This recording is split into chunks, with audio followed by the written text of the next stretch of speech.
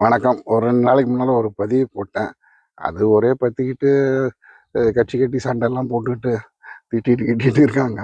அ மாதவன் அவர்கள் பேசினது வந்து, இந்த மாரி சேர சோழ பாண்டிய வரலாறு கம்மியா இருந்தது படிக்கும்போது அப்படின்னு சொன்னது. அப்ப நான் என்ன சொல்றேன்னா, சேர சோழ பாண்டியர்கள் வரலாறு மட்டும் இல்ல, பல்லவர்கள், பாளையக்காரர்கள், சுதந்திரத்துக்காக போராடியவர்கள் எல்லாருடைய வரலாறும் வந்து கண்டிப்பா இடம்பெற வேண்டும் அப்படின்றது தான் என்னோட ஆசை. ஆனா நான் கேட்க வந்த கேள்வி என்னன்னா, இன்றைக்கு வேறொரு நிகழ்ச்சியில இதை குறித்து ஸ்பெஷலா பர்மிஷனோட பேசுறீங்களே டிஸ்க்ளைமர் போட்டு, அதே மாதிரி சரித்திர பாடத்துல வேறு மாநிலங்கள்ல வந்து இந்த புல்புல் பறவைலாம் பறந்தது, அது மாதிரியான ஒரு பிற்போக்கான விஷயங்களை எல்லாம் சரித்திர பாடத்துல வைக்கும்போது, "நீங்க ஏன் கேள்வி கேட்கல சார்?" அப்படின்றது தான் என்னோட கேள்வி.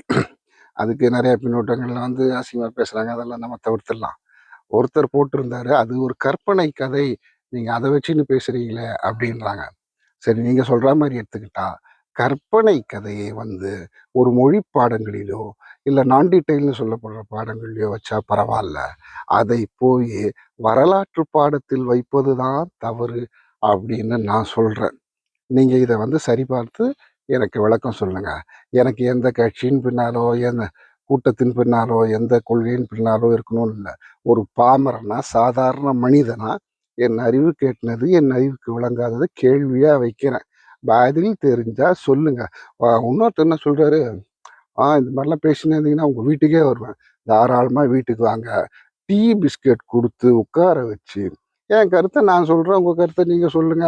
என்ன பெரிய விஷயம் இருக்கு? அதனால நமக்கு தெரிந்ததை பகிர்ந்து கொள்வோம். தெரியாததை கற்றுக்கொள்வோம்.